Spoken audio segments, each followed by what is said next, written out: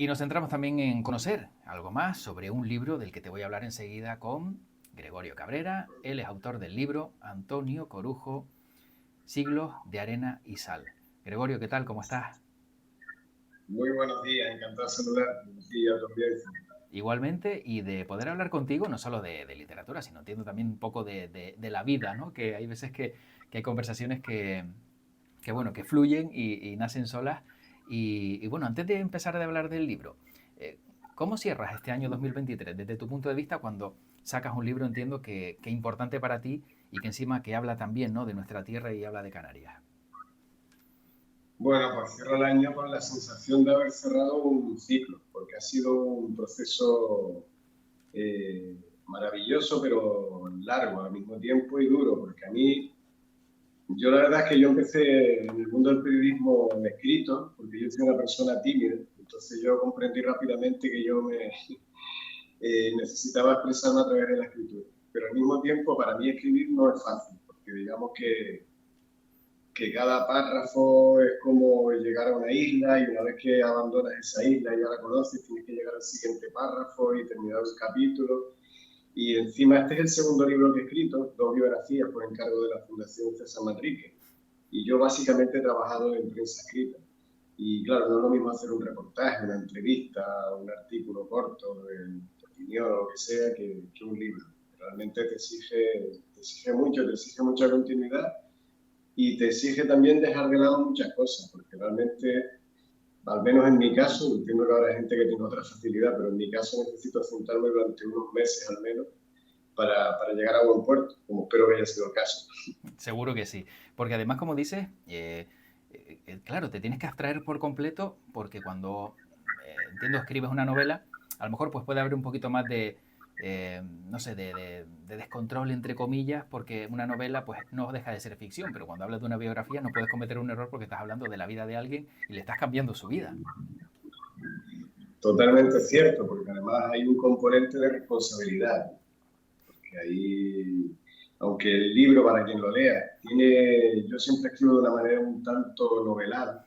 O sea, el libro no es, nació, estudió, hizo hay vueltas e idas en el tiempo, lo cual lo hace un poco más complejo a la hora de escribir, pero yo creo que lo hace más ameno a la hora de leerlo.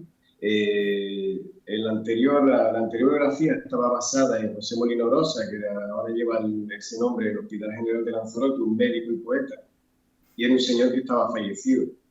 Este proceso fue con un señor que está felizmente vivo, Antonio Corujo Tejera, y eso te confiere el placer de poder hablar con él durante muchísimas horas, pero al mismo tiempo tienes esa responsabilidad de hacer un libro de una persona que está en vida y que lo va a leer y que va a opinar. Pero bueno, tanto la familia como la editora, la Fundación San Enrique han quedado contentos y por lo tanto yo estoy un poco más tranquilo ahora.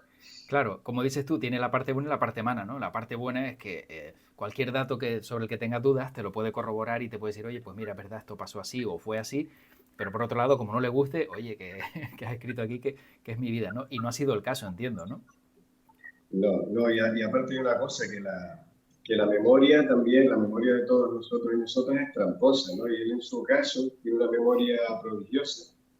Pero claro, cuando hablas de acontecimientos que a lo mejor han tenido lugar 70, 80 años, aunque él te lo narre de primera persona, hay determinados acontecimientos históricos de contexto que deben ir incluso más allá de la fuente primaria original, que es en este caso el biografiado, ¿no? Claro. Entonces, hay una labor de contraste que tiene que pasar por encima de todo eso. Pero en este caso, tener 150 o 200 horas de grabación como tenía con el protagonista, eso hacía que era muy difícil no hacer algo mínimamente digerible. Porque esto no sé, es como si te dan un buen cherne, pues es muy difícil hacer un buen sancocho, ¿no? Lo puedes estropear mucho realmente, pero Sí. la materia prima era tan buena que mi obsesión era simplemente ponerle el punto de sal a cada cosa. Claro, y el puntito justo de sal es la parte que deja que el sancocho y en este caso el libro sea maravilloso, ¿no? Pero para ponernos un poquito en situación, Gregorio, ¿quién es Antonio Corujo? Buena pregunta. Se supone que yo debería saber responderlo, ¿no? Hombre, yo creo que sí. Bueno, Antonio Corujo es, digamos que después de tanto de 2 o 3 años de trabajo alrededor de este libro, Antonio Corujo, digamos que es un artista en el amplio sentido de la palabra, aunque no tenga formación musical. Él es heredero de una tradición musical que empezó en un personaje. En el caso de los Corujos, siempre la mítica y la realidad siempre van de la mano. Un personaje que era su abuelo, que se llamaba Juan el Jariano, que era un pastor que tenía una ovejada y que iba de pueblo en pueblo, y donde quiera que él llegaba estaba la fiesta y el escenario, ¿no? Que él interpretaba. Y según muchas fuentes, no cantaba ni siquiera demasiado bien, pero él acababa siempre llorando y los que le escuchaban acababan siempre emocionados. Tenían esa capacidad de, de emocionar. Y junto a él estaba su mujer, la abuela de Antonio, Margarita. Era una persona que tuvo acceso a cierta instrucción, entonces ella fue la que se encargó de recopilar en textos pues, ranchos de Pascua, versos, coplas, que luego ensayaba junto con su marido mientras calentaba el millo en la olla de millo al ritmo del palo metálico. Y entonces, y esa mezcla de arte y vida y de trabajo siempre está presente en los Corujos. Y eso lo heredó y lo hizo suyo Antonio Corujo. Antonio Corujo empezó a servir vasitos de vino y a afeitar barbas en la barbería y cantina de su padre, en San Bartolomé de Lanzarote, la antigua Hey. Y su padre le daba una orden: tú ver, oír y callar. Y en ese ver y oír y callar, el pequeño Antonillo, como le llamaban, iba captando pues todas esas gentes que llegaban allí a echarse un vino, echaban sus coplas, y él lo iba absorbiendo todo. Hasta que un buen día, con 7 8 años, se lanzó a cantar una seguidilla y lo dejó a todos totalmente asombrados por la capacidad de emocionar que había viajado en el tiempo desde su abuelo y que él además ha logrado transmitir a toda su familia, ¿no? Sus hermanos también, Florian, Domingo, es una familia de músicos, Toñín Corujo, muy conocido por cualquiera que siga el folclore en Canarias, su sobrino Pancho Corujo, tenor, Ciro. Entonces digamos que él ha sido heredero y a la vez ha tenido esa capacidad de transmitir.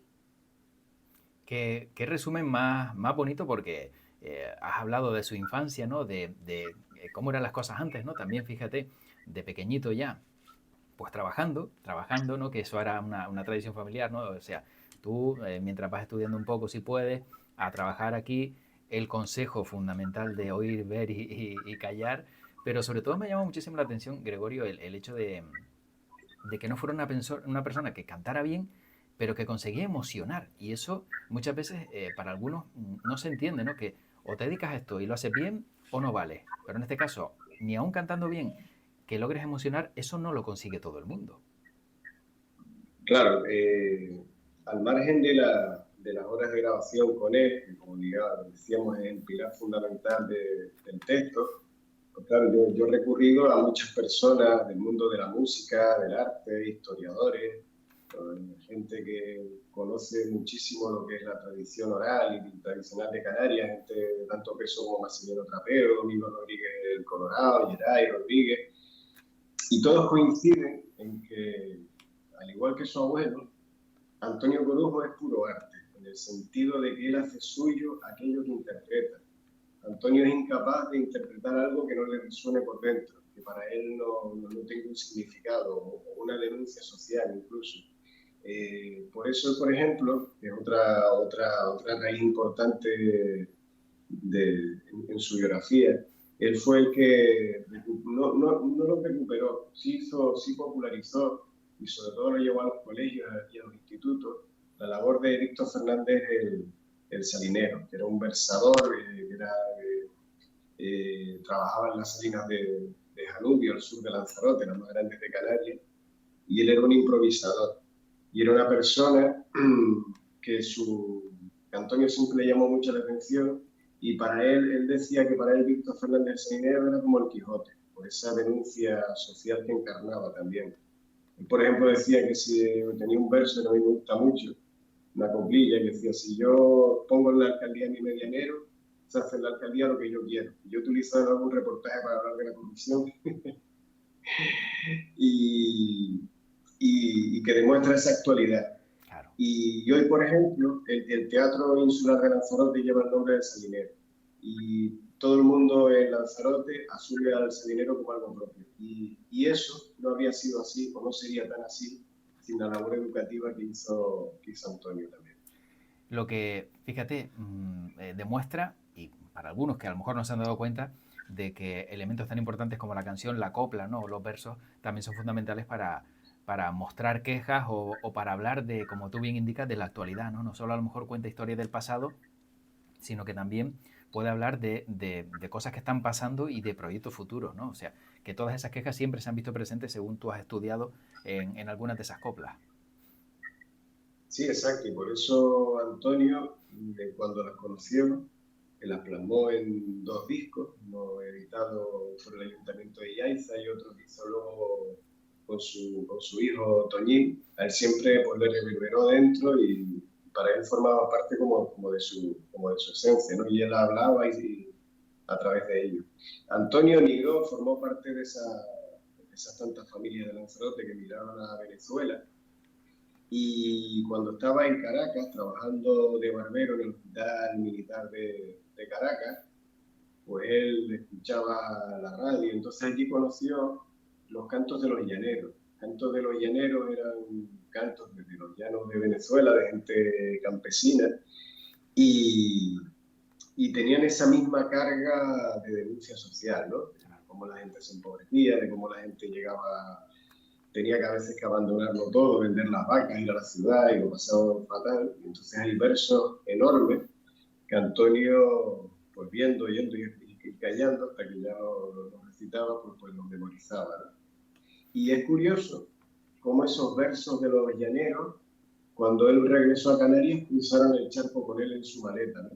Entonces en la barbería que él abrió luego en la plazuela de Arrecife, que era una especie de ágora abierta que forma parte de la historia y de la banda sonora de Lanzarote, pues lo mismo se escuchaba una folía que es de la boca de Antonio, que se escuchaba un canto llanero o un poema de García Lorca. Porque eso es un poco Antonio, donde él está el escenario, donde él está la... Qué bonito también, ¿no, Gregorio? El tener la oportunidad de recorrer la vida de una persona y de encontrarte con todo esto que nos estás contando. Supongo que apasionante también y luego es una responsabilidad, como decíamos antes, ¿no? Plasmarlo, pero no deja de ser bonito porque tal como lo relatas, nos resulta bonito a quien lo estamos escuchando de tu boca, el haberlo visto y el haber trabajado, ¿no? En esa biografía, entiendo que también te ha aportado cosas buenas. Sí, luego también conocer a cualquier persona con una vida tan intensa como Antonio Corujo, que ya va a cumplir los 91 años, también ha supuesto un poco hacer un recorrido por la historia de Lanzarote y en parte de Canarias, ¿no? Por ejemplo, la pobreza, o Lanzarote, una isla de señorío caracterizada por unos componentes casi feudales en algún momento, la vida agrícola, la transición al turismo, la guerra civil, el franquismo, la transición al turismo. Aparecen personajes como César Manrique, Alfredo Kraus, Vicente Calderón, o sea, todo como muy novelero, y por Claro. lo tanto muy novelable. Y desde tu punto de vista, ¿ha habido algo que a lo mejor dijeras, anda, qué mal trago he pasado también a la hora de escribirlo? Porque siempre que alguien no está, ¿no? O que alguien muere, todos son pues buenas palabras, ¿no? Pero a lo mejor cuando la persona todavía vive, a lo mejor siempre hay alguien que dice, bueno, es que tampoco era tan bueno, ¿no? O tampoco es tan bueno porque tiene esta parte mala. Sí, en efecto. Por ejemplo, mi anterior experiencia con José Molino Rosa, que era uno de estos médicos de pueblo que nunca le cobró a nadie y atendía a los pobres hasta el punto de que él pertenecía un poco a la burguesía lanzaroteña, pero él realmente vivió un poco con lo justo porque él se desvivía por atender a todo el mundo. Y él estaba considerado una especie de santo en el imaginario popular. y realmente en 100, 120 fuentes consultadas yo no encontré a nadie que contradijera un poco esa versión, porque si no habría que haberlo puesto, evidentemente. Claro. Y en el caso de Antonio, lo que es su dimensión artística y personal, pues prácticamente podría decir lo mismo. Y eso se vio en la presentación que se hizo el 27 de noviembre en la sala José Saramago de la Fundación de San Patrick en Arrecife, que estuvo arropado básicamente por unas 200 personas y el reclamo más fundamental era él. Y cuando acabamos la presentación, Antonio se subió a las tablas e interpretó un poema y fue un momento súper emocionante. Y la gente, luego hubo una fila de 2 horas y él estuvo ahí sentado firmando y recibió todo el cariño que yo veo que ha recibido toda su vida, porque es una persona muy temperamental, muy independiente, le cuesta encajar en estructuras, pero al mismo tiempo muy, muy generoso. Y eso lo demuestra también en su dimensión artística, porque él le da lo mismo. Interpretar ante unos niños de 5 años en el colegio que ante el auditorio Alfredo Grau como ha actuado. Ese es Antonio también. Claro, demuestra la humildad de la persona también, ¿no? Que como dices, da igual a quien tenga delante, que lo voy a cantar igual y lo voy a contar igual, ¿no? O sea, con lo cual, eso yo creo que también es importante darlo a conocer y también importante, y yo creo que ahí ha dado también en la clave Gregorio, el hecho de que estas cosas ocurran en vida, porque el tener la oportunidad de firmar un libro, ¿no? Con más de 90 años, como decía, que habla sobre ti y que todos los que te conocen, ¿no? Y aquellos que a lo mejor no te conocen puedan hacerlo a través de esa obra, el hacerlo en vida yo creo que es algo impagable. Sí, la verdad es que es algo que lo hablaba el otro día con unos amigos que yo creo que cualquiera podríamos pensar en un buen manojo de nombres de personas de distintos ámbitos en cada isla que merecerían un homenaje en vida y que muy probablemente por diversas circunstancias no lo vayan a tener. Para nosotros, digamos que para la editora e impulsora del proyecto, que es la Fundación César Manrique, como para la familia era fundamental dentro de esta investigación el que salieran vida.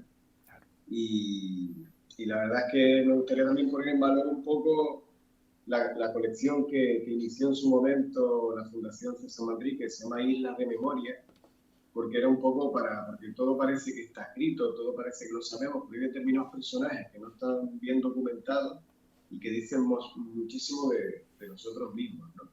Y yo creo que estas islas de memoria podrían replicarse en cualquier parte del territorio insular. Yo para mí, lo mejor de este proceso ha sido el ver disfrutar a Antonio en la presentación.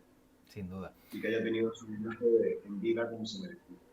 Y desde tu punto de vista, ¿conocemos poco de los artistas o figuras insignes como Antonio Corujo que hay en Canarias? Seguro que sí, porque es que seguro que yo habría quien me pudiera hablar de un montón de nombres que yo no tendría ni idea. Yo tampoco soy un especialista en cultura tradicional ni nada de eso. Pero bueno, al igual que tú, pues llevo un montón de años dedicado al mundo del periodismo y de ahí tienes como una visión panorámica un poco, ¿no? Estás obligado a tenerla, ¿no?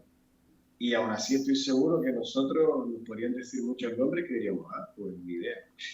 Claro. Y eso es apasionante y a la misma vez un poco triste, ¿no?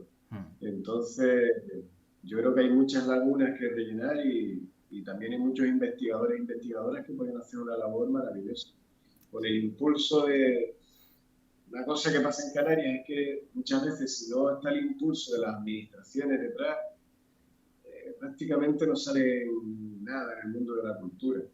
Y eso está muy bien, está muy bien esa labor de la administración, desde luego, porque tienen que invertir en cultura, pero al mismo tiempo nos está diciendo que faltan muchos referentes en el sector privado, mecenas, que hagan ese impulso. Así que bueno, habrá que hacer un llamamiento a la administración para que intente rellenar esos huecos y que personas que merecen ese reconocimiento lo tengan. Efectivamente.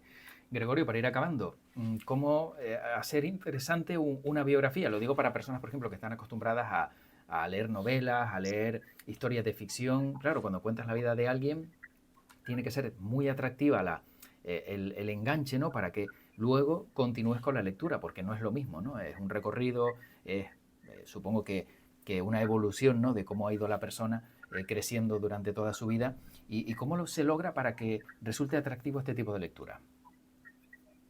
Bueno, eso habrá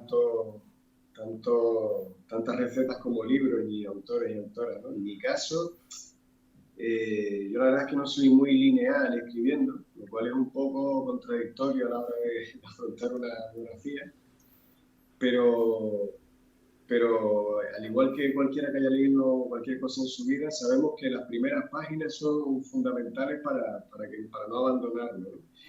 Y cada inicio de capítulo, y prácticamente, como decía antes, cada párrafo. Entonces yo pensaba, digo, si yo me aburro escribiéndolo, yo no me imagino cómo se va a aburrir quien coja este libro entre las manos, que le van a dar ganas de tirármelo a la cabeza.